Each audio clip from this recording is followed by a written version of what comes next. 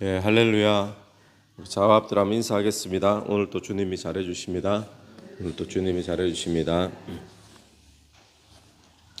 오늘 예레미야 50장 21절부터 32절까지 말씀을 읽었습니다.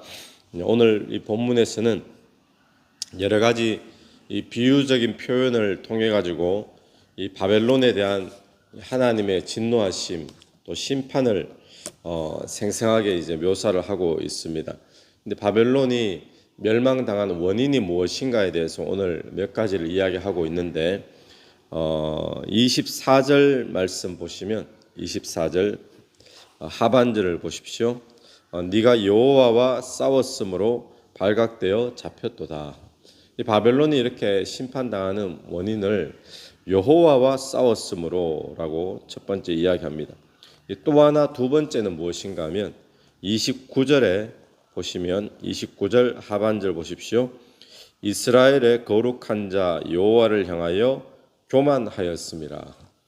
바벨론이 이렇게 하나님 앞에 심판당하게 된 원인을 이 오늘 본문 속에서는 두 가지로 표현을 하는데, 첫 번째는 이 여호와와 싸웠다라는 것, 두 번째는 여호와 앞에서 교만했다. 여호와를 향하여 교만했다.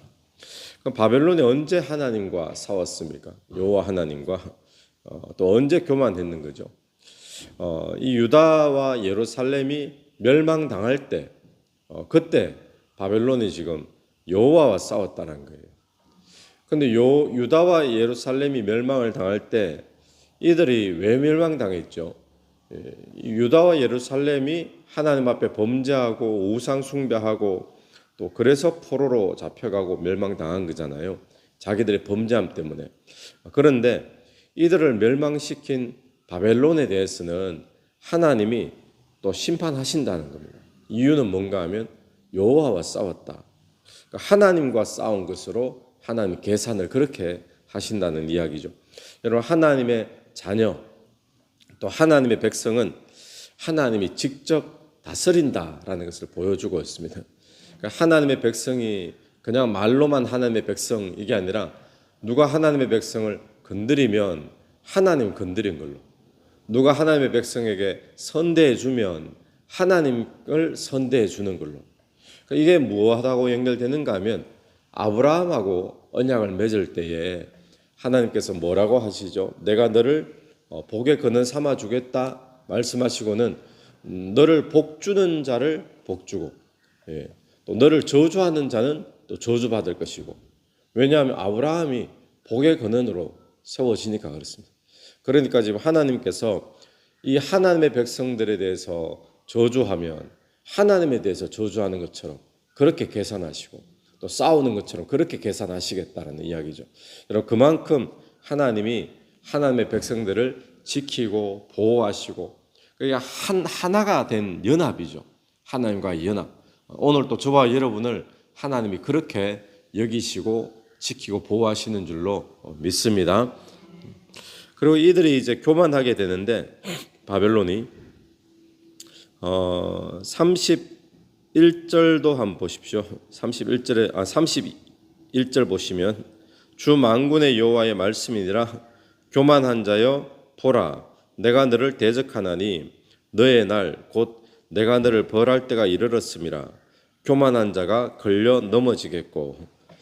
자, 29절도 교만 그러죠. 31절도 교만, 또 32절도 교만. 이 바벨론이 여호와를 향하여 교만했다. 이걸 지금 지적을 하고 있습니다. 그러니까 무슨 이야기인가 하면 이 바벨론을 가리켜서 온 세계의 망치가 어찌 그리 꺾였는고, 오늘 본문 23절 앞부분에 그렇게 표현을 했잖아요. 그러니까 자기 자신이 잘나가지고 온 세계의 망치가 되어서 막 세상을 다 두드려 부수고 정복하고 그러는 줄 알고 있었던 거예요, 바벨론 왕이. 그런데 알고 보면 그게 아니라 하나님께서 그렇게 사용하신 거잖아요, 바벨론도. 그런데 자기가 강해가지고 자기가 잘나가지고 그런 줄 알고 있었던 거죠. 그래서 지금 그런 이야기가 있잖아요. 그 느부갓네살 왕, 바벨론의 느부갓네살 왕이 7년 동안 정신이 나가가지고 그 큰 제국의 왕이었는데 덜에 나가서 짐승처럼 뭐 이슬 먹고 그렇게 7년 살다가 7년 만에 정신 돌아와 가지고 뭐 그런 이야기 있죠. 성경 속에. 그때 이제 그게 지금 바벨론 이야기입니다. 그때의 느부갓네살 왕이 뭐 하다가 그렇게 됐죠. 세계를 다 정복하고는 이제 자기 제국 위에서 그 땅을 쳐다보니까 무슨 생각이 들겠습니까? 저거 다 내가 다 정복한 땅인데 그렇게 지금 이야기를 하잖아요. 성경에서 이렇게 표현합니다. 이 큰 바벨론은 내가 능력과 권세로 건설하였나니. 이 큰 바벨론은 저 내가 다 건설한 건데 저 나라도 몇 년도에 그때 전쟁을 어떻게 치러가지고 내가 정복했고 또 동쪽에 있는 나라 보니까 저것도 내가 그때 이렇게 해서 나라를 정복했고 자기가 다 정복한 거 맞잖아요. 그런데 하나님이 그렇게 해주신 것을 지금 모르고 내가 했다라고 이야기하는 겁니다. 그런데 성경에서 그 말 딱 끝나자마자 느부갓네살 왕이 정신이 나가버립니다. 그리고는 그 큰 제국의 왕이 그것도 못 누리고 덜에 나가서 그냥 미쳐가지고 정신 나간 사람처럼 살다가 정신이 7년 만에 돌아와서 그때 처음으로 딱 돌아오자마자 고백하는 이야기가 지극히 높으신 이가 인간 나라를 다스리시는도다. 그 이야기를 하는 거예요. 교만이 바로 그겁니다. 이것도 내가 했고 저것도 내가 했고 실제로 돌아보니까 자기가 다 한 것처럼 보이잖아요. 그런데 그 이면에 보이지 않는 곳에 하나님이 다 하셨다라고 고백하는 것. 그것이 겸손인 줄로 믿습니다.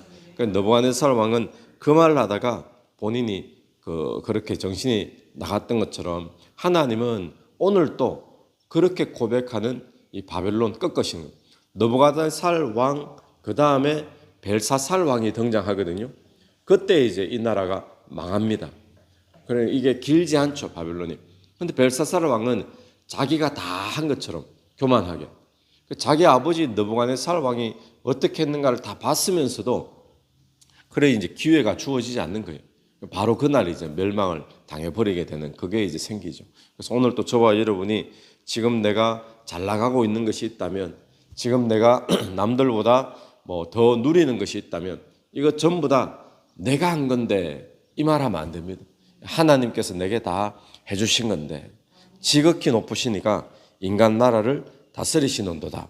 우리가 그렇게 고백할 수 있는 저와 여러분 되기를 간절히 바랍니다. 같이 기도드리겠습니다. 하나님 아버지 은혜를 감사합니다. 하나님께서 오늘 또 우리를 보실 때 하나님과 한 몸 되고 또 하나님과 연합된 하나님의 자녀로 보시는 줄로 믿습니다. 하나님 오늘 또 우리가 주 앞에서 나아가면서 바벨론처럼 교만하지 않도록 도와주시옵소서. 우리의 모든 교만들이 있다면 주님 앞에 내려놓고 내가 지금 누리고 있는 것, 내가 지금 잘 되고 있는 것 이것 다 하나님의 은혜임을 고백하며 주께 영광 돌리는 그런 삶이 될 수 있도록 인도하여 주시옵소서. 이 새벽에도 기도하며 나갈 때에 성령께서 기도 속에 역사해 주실 줄로 믿습니다. 감사하며 예수님 이름으로 기도드립니다. 아멘. 오늘도 예수 이름으로 승리하시는 하루 되길 바랍니다. 아멘.